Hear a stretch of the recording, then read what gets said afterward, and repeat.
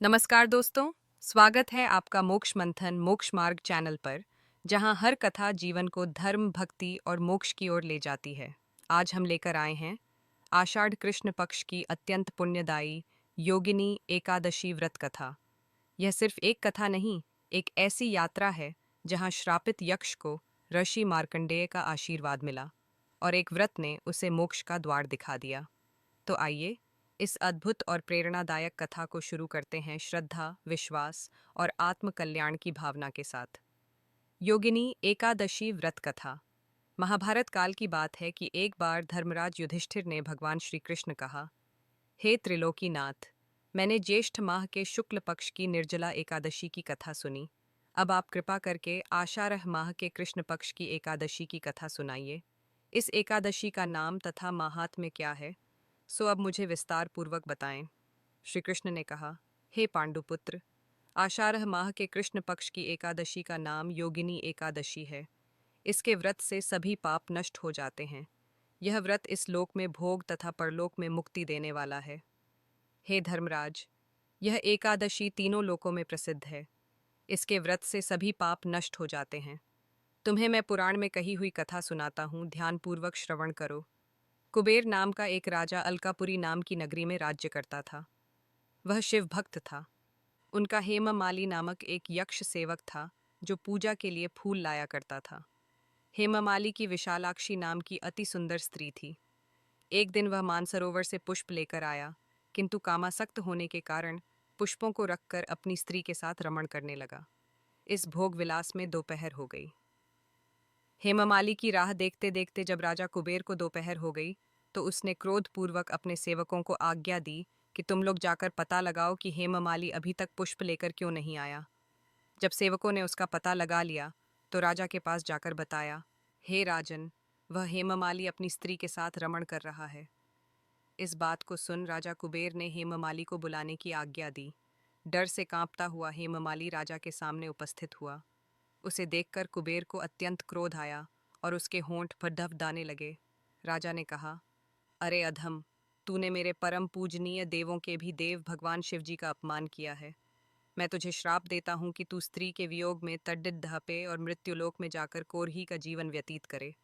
कुबेर के श्राप से वह तत्क्षण स्वर्ग से पृथ्वी पर आ गिरा और कोरही हो गया। उसकी स्त्री भी उससे बिछड़ गई। मृत्युलोक में आकर उसने अनेक भयंकर कष्ट भोगे, किंतु शिव की कृपा से उसकी बुद्धि मलिन न हुई और उसे पूर्व जन्म की भी सुध रही। अनेक कष्टों को भोगता हुआ तथा अपने पूर्व जन्म के कुकर्मों को याद करता हुआ वह हिमालय पर्वत की तरफ चल पड़ा। चलते चलते वह मार्कंडेय ऋषि के आश्रम में जा पहुंचा। वह ऋषि अत्यंत वृद्ध तपस्वी थे। वह दूसरे ब्रह्मा के समान प्रतीत हो रहे थे और उनका वह आश्रम ब्रह्मा की सभा के समान शोभा दे रहा था।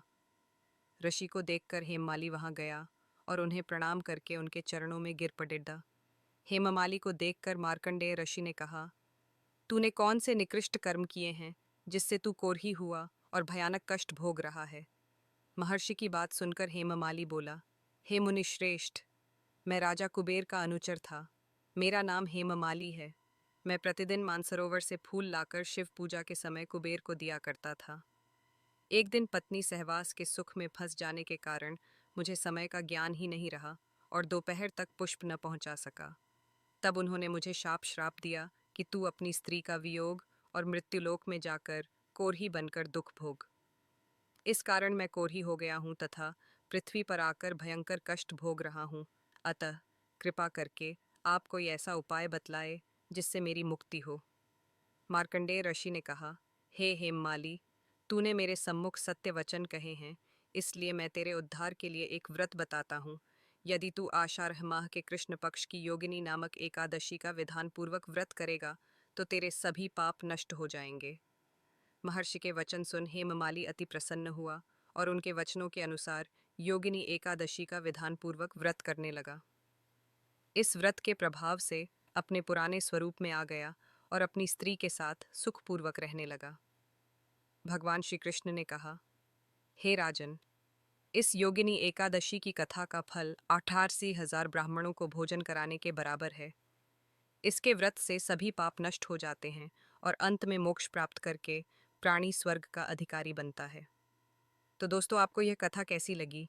यदि आप भी जीवन के बंधनों से मुक्ति चाहते हो, तो योगिनी एकादशी का व्रत न केवल आपके पापों का नाश करेगा, बल्कि आत्मा को शुद्ध कर मोक्ष का मार्ग भी खोलेगा। एक श्रापित यक्ष भी इस व्रत से पुनः दिव्यता को प्राप्त कर सका, तो हम क्यों नहीं? इस पावन व्रत को अपनाइए, जीवन को पुण्य और शांति से भरिए। इस कथा को लाइक, शेयर और सब्सक्राइब करें, ताकि ज्ञान और मोक्ष का यह दीप हर घर तक पहुंचे।